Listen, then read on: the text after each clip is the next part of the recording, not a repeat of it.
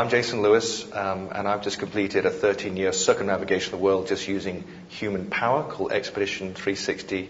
Left England in 1994 and just got back about 6 months ago back to the Greenwich Meridian line here in London.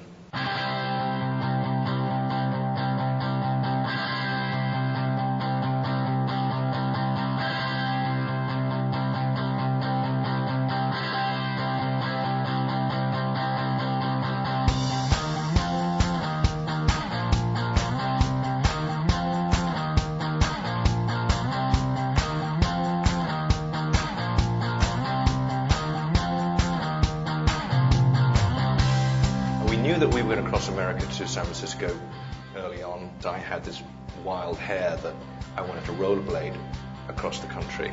Steve wasn't interested in this. So this meant that we would have to go two separate routes. So he went through the southern states, I went through the mid-states. For the first 300 miles, actually, I had to hang onto his shoulder because I'd never rollerbladed before. So I had to hang onto his shoulder to St. Petersburg, I think, and then finally managed to stay upright long enough so I could continue on my own. But my idea was, you know, like, it just would provide an interesting way to experience America. 1 in 3 nights I would get put up with a local family, and so I'd get to meet, you know, people and just really see the underbelly of the deep south of America in particular, which I found pretty fascinating in that part of the world. Was doing pretty well until I got to Colorado, and first thing I knew was this feeling of incredible force from behind, like sort of being hit by a steam train, and didn't feel any pain. Found myself lying on the side of the road, looking up at the sky, and so I thought, well, someone's just hit me over the back of the head or something, or I've been hit by a wing mirror. Tried to stand up, and that's when I noticed that I was actually standing on the stumps of my lower legs.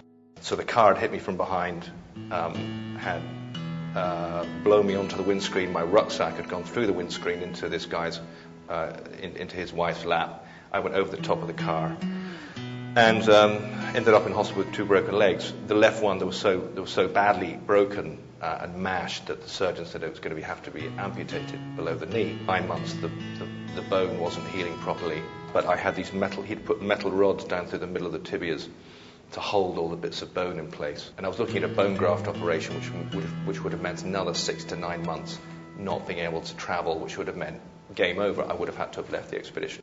So I ended up just giving it a go, and my whole philosophy from the beginning with rollerblading was that if I can do a mile, I can do 4,500 miles, given enough time. And so I sort of applied the same philosophy, leaving Pueblo, and the first mile was excruciatingly painful. But I just, you know, kept on going. I was with a friend at this point, and April was a local school teacher, and so she came along to act as I needed something to brake against going down the other side of the Rockies, which is 12 miles downhill, so I needed something to brake. Well, Steve and I actually got back together again once I arrived in San Francisco on the rollerblades. We had an aborted leg down through Central America, which we had to come back from. We were trying to get to Peru to pedal a boat across to Australia. Couldn't do that because of the adverse winds and currents caused by El Nino. So we then decided to try and pedal diagonally across the Pacific. He and I left from San Francisco in '98, I think, and took, I think, 52 days to pedal to Hawaii. And when we arrived in Hawaii, Steve had really made up his mind that this was his journey's end. And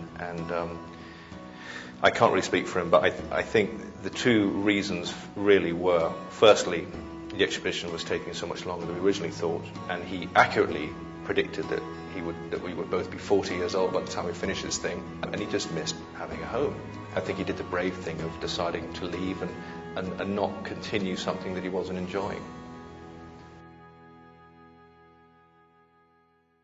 April, who had cycled with me from Pueblo in Colorado to San Francisco, she came in and pedaled with me the last stretch to Australia, and this ended up being a 32-day voyage across the Coral Sea. The Coral Sea is like a nasty bit of water at the best of times, and we had like horrendous winds, 25 knot, 30 knot winds, huge seas. She was seasick every single day of the 30-day voyage, and at the end of it, we could not get to our intended destination, which was cairns, and we got pushed up by the southeast trades up around Cooktown, about 120 miles north of Cooktown, and the boat was going to be wrecked on the Great Barrier Reef because we just couldn't get south, and ended up having to get rescued by a boat to stop the boat from getting wrecked on the reef.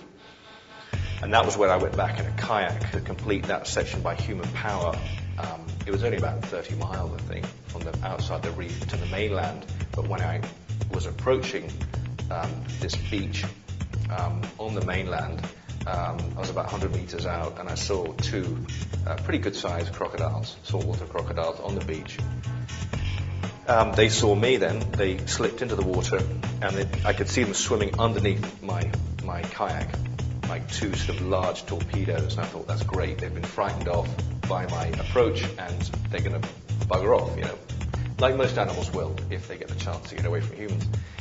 However, I carried on, I was about 50 meters from the beach, and then I sort of felt this weird feeling, and the hairs on the back of my neck stood up, and I looked around, and one of them had broken to the surface and was now swimming after me really fast, much faster than I could paddle.